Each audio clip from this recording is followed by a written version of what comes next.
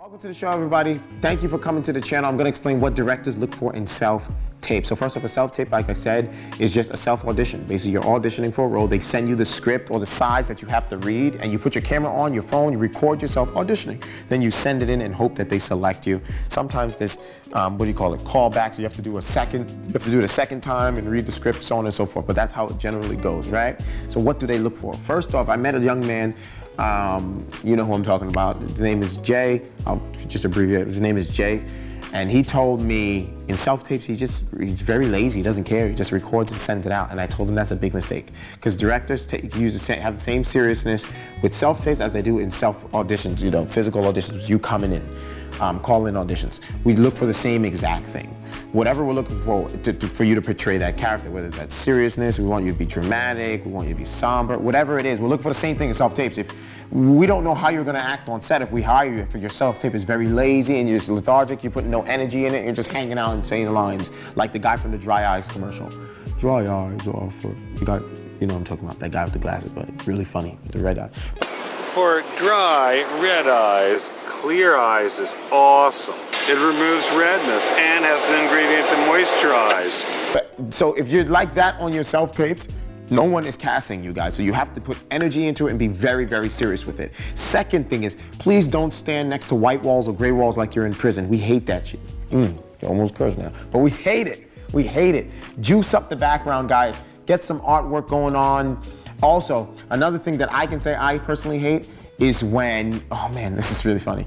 I hate when they have like a friend on the phone. I don't know if you direct, some of you directors know what I'm talking about. They'll read, and then the person that's supposed to read the other lines, you know, like they're doing a dialogue, you'll hear the friend on the phone while they're driving.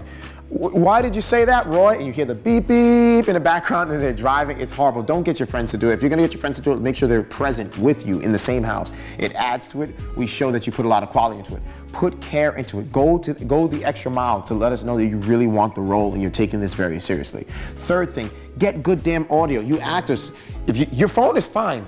Your phone is fine. But if you're using iPhone 3s or whatever the bad phones that you're using and we can't hear you, it's blurry, it's bad.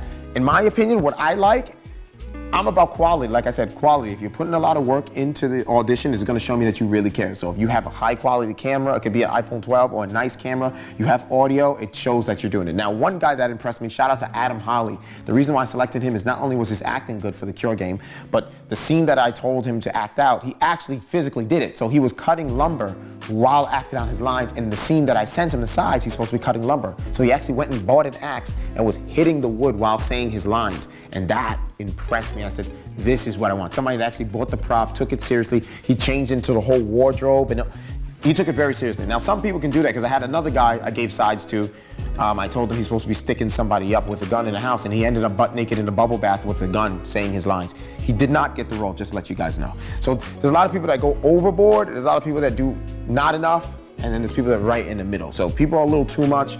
I've seen a lot of funny stuff with auditions and people just go way over the top. But the whole point is put enough energy into it and you'll be successful. Make sure your quality's on point and you actually care. That's pretty much it for self-tapes, man. And just put everything you have into it. And do not send it in until you feel it is right, actors. Do not send it in. People rush. Get it right, man. If you have any more questions about that, leave your comments below and let me help you answer them. But that's the stuff that we look for in self-tapes. Good background, quality, effort, energy, and audio. Make sure your audio is good. Ooh, lastly, before I forget, actors, self-tapes. Stop getting the scripts and reading off of them. It is horrible. I automatically, once I see that, I'm getting, that's it. Auditions canceled, you lost. If you're taking your script and you're literally reading it, some of you are a little sneaky too. You try to put it in the background, I see the screen light and you're looking at the camera and looking at the script on the side. I know you're reading the lines, guys. So if you're reading lines off, you're not off book, for me it's a no-go. It just shows that you didn't put enough care or effort into it, especially if it's a page long and you only have like 5, 6 lines. So it's a no-go. Try to get off book for your audition, man. And that's pretty much my tips. I will catch you next time on Tip Tuesday where we answer your next question. Leave your comments below if you want to hear more. Peace.